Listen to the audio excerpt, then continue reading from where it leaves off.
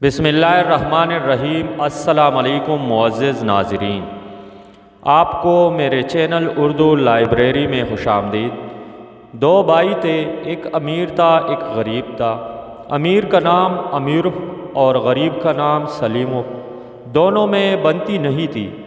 بات یہ تھی کہ امیر سلیم کو پسند نہیں کرتا تھا۔ ایک دن سلیم کو ضرورت پڑی تو اس نے کچھ دیر کے لیے بڑے بھائی سے گھوڑا مانگا۔ سردیاں آنے والی تھی اور جنگل سے لکڑیاں لانی تھی۔ امیر چاہتا تو نہ تھا، پھر بھی اس نے گھوڑا دے دیا۔ سلیم جنگل سے لکڑیاں لے آیا۔ رات ہو گئی تھی، اس کے پاس رسی نہیں تھی، اس لیے اس نے دروازے سے اس کی دم باندھ دی۔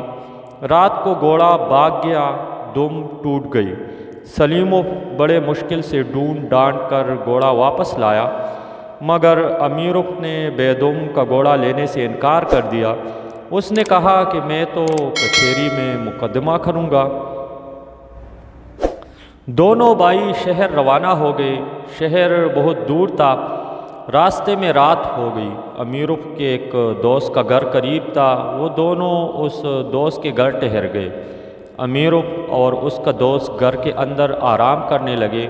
سلیم کو گھر کے اندر جگہ نہ ملی تو وہ چجے پر لیٹ گیا۔ سلیم کی آنکھ لگ گئی۔ سوتے میں اس نے کروٹ لی تو وہ نیچے گر گیا۔ نیچے دوست کا بچہ لیٹا تھا، وہ دب کر مر گیا۔ دوست بہت غصہ ہوا، اس نے کہا میں بھی مقدمہ کروں گا۔ اب تینوں شہر کو چل پڑے۔ راستے میں پل آیا۔ سلیم نے دو مقدموں میں سزا کے ڈر سے پل پر سے چھلانگ لگا دی۔ نیچے ایک نوجوان اپنے بوڑھے بیمار باپ کو لے کر جا رہا تھا۔ سلیم بوڑھے پر جا پڑا، بڈھا مر گیا۔ نوجوان بھی مقدمہ کرنے کے لیے ان کے ساتھ ہو گیا۔ چلتے چلتے شہر آ گیا تو وہ کچہری پہنچے۔ جج آیا اور کچہری لگی۔ سلیم نے راستے سے ایک پتھر اٹھا کر رومال میں لپیٹ لیا تھا۔ امیر نے اپنا دعویٰ پیش کیا۔ سلیم نے ڈرانے کے لیے رومال میں بندھا پتھر جج کو دکھایا۔ جج سمجھا کہ رومال میں رشوت کا سونا ہے۔ اس نے خوش ہو کر سلیم کے حق میں فیصلہ دے دیا اور کہا کہ جب تک گھوڑے کی دم نہ نکل آئے گھوڑا سلیم کے پاس رہے گا۔ اب دوسرا مقدمہ پیش ہوا۔ امیر کے دوست نے کہا کہ سلیم نے میرے بچے کو کچل کر مار دیا۔ سلیم نے پھر رومال دکھایا اور جج پھر دھوکہ کھا گیا۔ اس نے فیصلہ دیا کہ جب تک سلیم امروب کے دوست کو بچہ نہ لا کر دے، امیر کا دوست سلیم کو اپنے گھر اور کہیں جانے نہ دے۔ دوست نے سوچا ایک تو میرا بچہ امر، دوسرا میں سلیم کو اپنے گھر رکھوں اور کھلاؤں پلاؤں، اس کا کیا بھروسہ یہ دوسرے بچے کو بھی مار دے۔ تیسرا مقدمہ کچہری میں پیش ہوا کہ سلیم نے پل سے کود کر بوڑھے کو مارا ہے۔ سلیم کا رومال دیکھ کر جج پھر لالچ میں آ گیا۔ اس نے سوچا تیسری سونے کی ڈالی بھی مجھے دینے کا اشارہ کر رہا ہے۔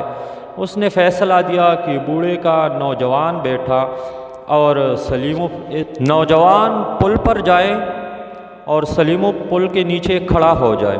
نوجوان سلیم پر کودے اور اس کی جان لے لے۔ کچہری ختم ہوئی، چاروں باہر آئے۔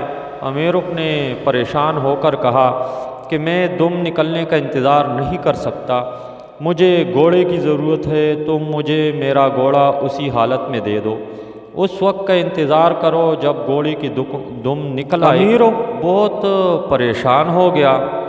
اس نے سلیم کی منت سماجت کی اور بدلے میں اس کو 5 روبل روسی سکہ، 17 بوری اناج اور 1 بکری دے کر اپنا گھوڑا واپس حاصل کر لیا۔ اب سلیم نے امیر کے دوست سے کہا کہ بھوک لگی ہے، کھانا کھلاؤ۔ دوست گھبرایا، اس نے کہا کہ بھائی میں تمہارا بوجھ برداشت نہیں کر سکتا۔ سلیم نے کہا کہ جج نے یہی فیصلہ دیا ہے، جب تک میں تمہیں بچہ لا کر نہ دوں تمہارے ساتھ رہوں گا۔ امیرف کے دوست نے 50 روبل 23 بوری اناج اور ایک دودھ دینے والی گائے دے کر سلیمف سے اپنی جان چھڑائی۔ آخر سلیمف نوجوان کے پاس گیا اور کہا کہ آؤ پل پر چلو اور وہاں سے چھلانگ لگاؤ۔ نوجوان نے سوچا اگر میں اتنی اوپر سے کودا تو خود ہی مر جاؤں گا۔ اس نے بھی سلیمف کو 200 روبل 29 بوری اناج اور ایک بیل دے کر راضی کر لیا۔ اب رہ گیا جج صاحب، تو جج صاحب نے اپنا آدمی سلیمف کے پاس بھیجا کہ سونے کی 3 ڈلیاں دے دو۔ سلیمف نے رومال میں سے پتھر نکال کر دکھایا اور کہا کہ میں غریب آدمی ہوں، میرے پاس سونا کہاں؟ میں نے تو جج کو رومال اس لیے دکھایا تھا کہ اگر تم نے میرے خلاف فیصلہ دیا تو میں تمہیں اس پتھر سے ماروں گا۔ جب اس آدمی نے جج کو جا کر یہ بات بتائی تو جج نے سکون کا سانس لیا کہ میں بچ گیا، ورنہ سلیمف مجھے مار ڈالتا۔ سلیمف خوش ہو کر گھر واپس آ گیا